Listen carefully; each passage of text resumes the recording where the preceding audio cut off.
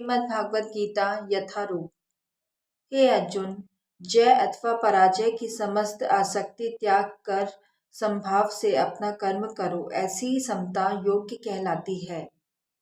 कहलाती है। तात्पर्य: कृष्ण अर्जुन से कहते हैं कि वह योग में स्थित होकर कर्म करे। और योग है क्या? योग का अर्थ है सदैव चंचल रहने वाली इंद्रियों को वश में रखते हुए परम तत्व में मन को एकाग्र करना। और परम तत्व कौन है? भगवान ही परम तत्व है।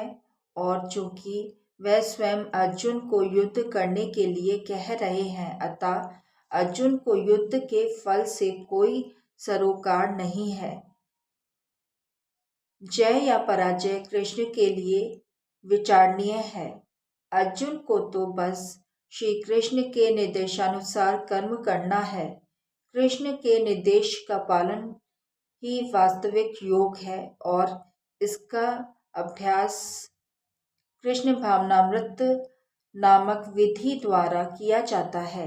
एकमात्र कृष्ण भावनामृत के माध्यम से ही स्वामित्व भाव का परित्याग किया जा सकता है। इसके लिए उसे कृष्ण का दास या उनके दासों का दास बनना होता है। कृष्ण भावनामृत में कर्म करने की यही एक विधि है जिससे योग में स्थित होकर कर्म किया जा सकता है।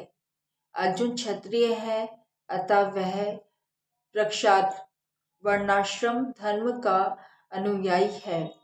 विष्णु पुराण में कहा गया है कि वर्णाश्रम धर्म का एकमात्र उद्देश्य विष्णु को प्रसन्न करना है। सांसारिक नियम है कि लोग पहले अपनी तुष्टि करते हैं, किंतु यहाँ तो अपने को तुष्ट न करके कृष्ण को तुष्ट करना है। अतः कृष्ण को तुष्ट किए बिना कोई वर्णाश्रम धर्म का पालन कर भी नहीं सकता। यहाँ पर परोक्ष रूप से अर्जुन को कृष्ण द्वारा बताई गई विधि के अनुसार कर्म करने का आदेश है।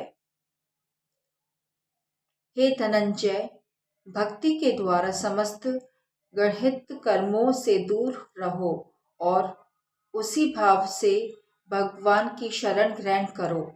जो व्यक्ति अपने सकाम कर्म